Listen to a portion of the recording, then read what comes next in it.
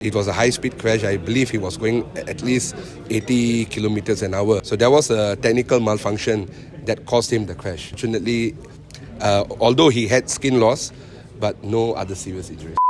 Skin loss dekat kaki dengan tangan dia. But beliau telah terima rawatan daripada pihak ISN untuk beberapa hari. Dan saya juga telah diberitahu bahawa semalam he went back to the velodrome to do some warm up. So that's a good sign because Asian Game pun around the corner. So apabila kita terima berita ini, saya pun was a bit concerned about his situation. But selepas bercakap dengan coach dan sebagainya, saya pun lega lah bahawa kecederaan dia tidak serius and he is slowly going back to the velodrome to do his warm up dan training lah. Datuk, is it safe for him to go back to training so quickly? I believe the team would have advised him what is the best, and memandangkan beliau telah dibenarkan untuk pergi balik untuk latihan dan warm up. Saya percaya ini adalah satu keputusan menyeluruh oleh semua pihak termasuk the coach, jurulatih, rider dan juga doktor-doktor yang telah merawat dia. So I think they are doing what is the right thing to do. So we believe the decision for him to go back to training is based on medical advice, given by all the parties. Datuk, Azizul cakap dalam tweet dia, the crash is caused by technical. Yes, there was a technical malfunction. There was a tire malfunction, which when he was taking the corner, of course he was with the motorbike was in the front. It was a high-speed crash. I believe he was going at least 80 kilometers an hour or so. So there was a technical malfunction that caused him the crash. But fortunately, although he had skin loss, but no other serious injuries. Was it like a puncture or? It was a technical malfunction with the tire. With the tire. So yeah. Datuk, his bike is okay. I think they have ample bikes, so don't worry. I think under the Road to Goal program, they have already given all the necessary support. The number of bikes that Datuk Azizul needs or Shah or other team members needs and all that. So I think don't worry about bicycle. Bicycle will be there. He has the bicycle to ride. So the most important thing is we want to see how will the progress in Asian Games be. So I did ask, saya telah tanya John, adakah ini akan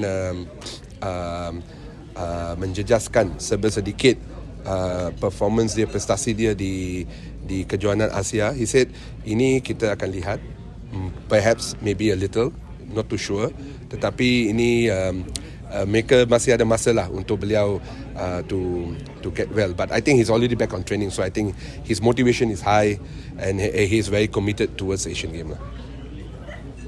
Okay, Datuk, LTdL sikit. Okay. So, what are your hopes for this year, LTdL? Well, this year I'm very happy because everyone, the organisation is going on very well, very smooth under the umbrella of KBS and also MSN.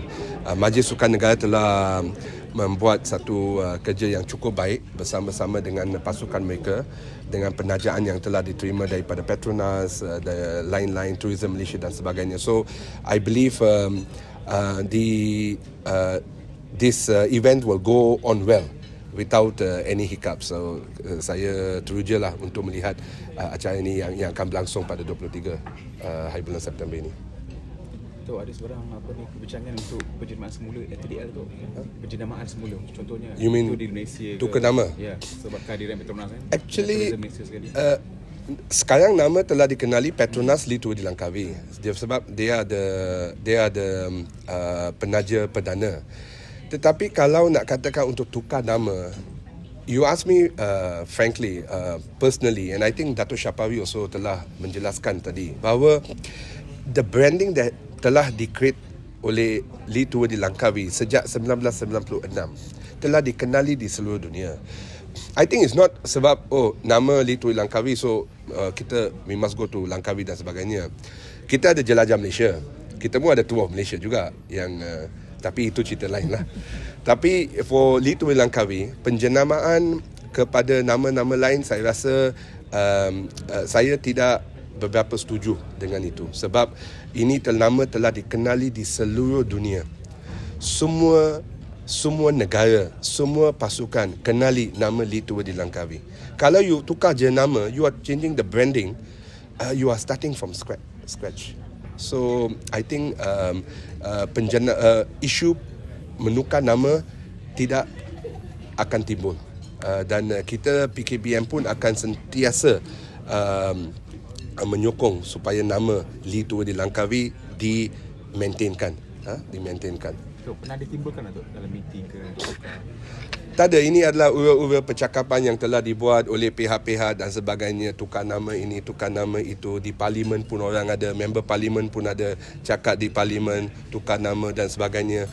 Tapi I think okay, maybe that's politics lah. So let's not go into politics. Tetapi kalau kita lihat kepada the event, Li Tu Langkawi is the branding that is there, a very strong branding, dan branding itu kita harus kekalkan.